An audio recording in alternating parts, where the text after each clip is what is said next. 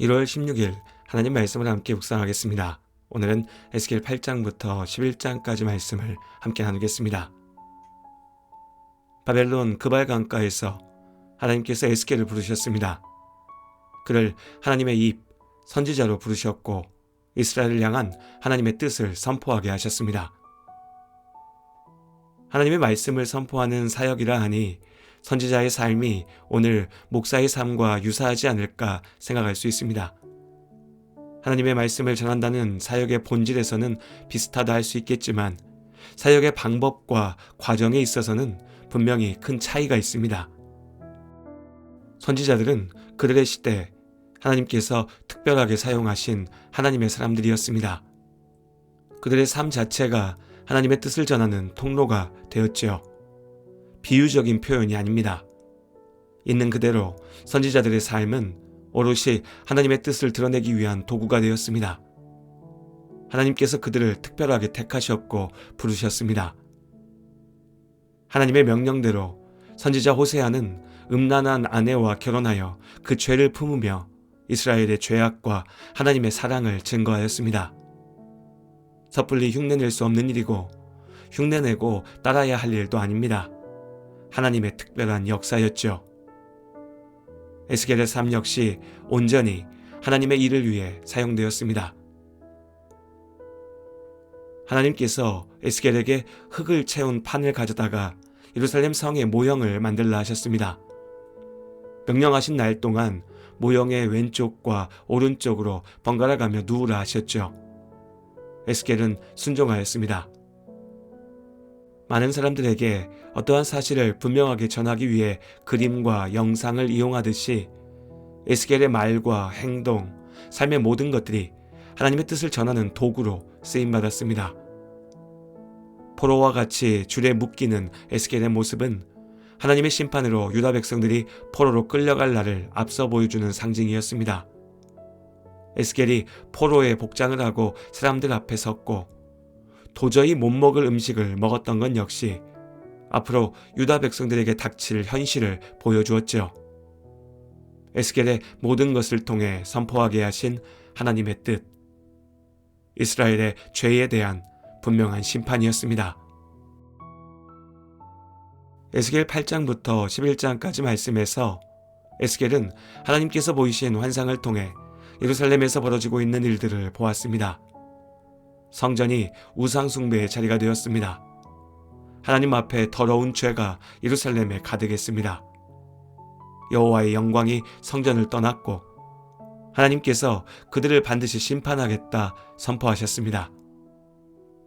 그런데 심판의 말씀 가운데 반복되는 표현이 나타납니다. 그때에야 너희는 내가 여호와인 줄을 알리라. 현대인들은 문명의 발전을 자랑하며 하나님 없어도 우리가 세상의 중심이며 세상의 주인이다 큰소리칩니다.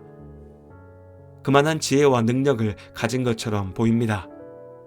그러나 우리 삶을 가만히 들여다보면 넘치는 지식과 세상을 움직일 힘에도 불구하고 사람은 여전히 어리석고 어리석습니다.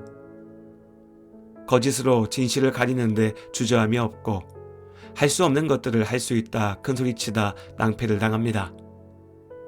부모의 도움이 필요 없다 큰소리치다가 재발에 걸려 넘어지는 어린아이처럼 하나님이 없다 큰소리치는 우리는 하나님 없는 세상을 만들겠다며 스스로를 괴롭히고 스스로 죽어갑니다. 어리석고 어리석습니다. 시내산 아래에서 이스라엘은 하나님을 알았습니다. 하나님께서 이스라엘의 하나님이 되겠다 약속하셨죠. 그러나 광야를 지나 가나안에 들어온 후 자신들의 눈에 보기 좋은 왕을 세우고 하나님을 모르는 다른 여러 민족들과 같이 되기를 바랐습니다. 그들은 하나님을 무시하였고 하나님을 잊었습니다. 하나님의 은혜를 잊었고 하나님의 공의를 버렸죠. 이제 하나님께서 그들의 죄를 심판하겠다 하십니다. 그러나 그들을 벌하고 없애는 것이 하나님의 심판의 목적은 아니었습니다. 하나님께서는 이스라엘이 다시 하나님께 돌아오기를 원하셨습니다. 하나님께서는 당신이 이스라엘의 하나님이시라는 사실을 알리려 하셨습니다. 하나님께서 우리의 하나님이십니다. 그러나 우리는 그 은혜를 자주 잊어버립니다. 이스라엘처럼 어리석죠. 하나님께서 당신이 우리의 하나님이심을 알리려 하십니다. 사랑으로 부르시고 거듭거듭 말씀하십니다. 그럼에도 우리가 듣지 않고 죄에 빠질 때 때로 하나님께서 우리를 치십니다. 끝내 돌아오지 못하는 자는 영원한 심판에 던져지죠. 그 지독한 어리석음의 덫에 빠지지 않기를 바랍니다. 내가 너의 하나님이라는 사실을 알기 원한다 하신 하나님의 뜻대로 나의 하나님과 함께 살아가는 오늘 하루가 될 수 있기를 바랍니다. 오 나의 하나님은 전능하신 왕이라. 오 나의 하나님은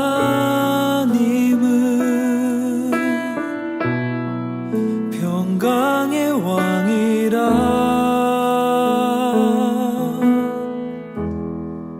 오 신실하신 사랑 영원히 변치 않네. 오 영원하신 이름 그 이름 찬양해.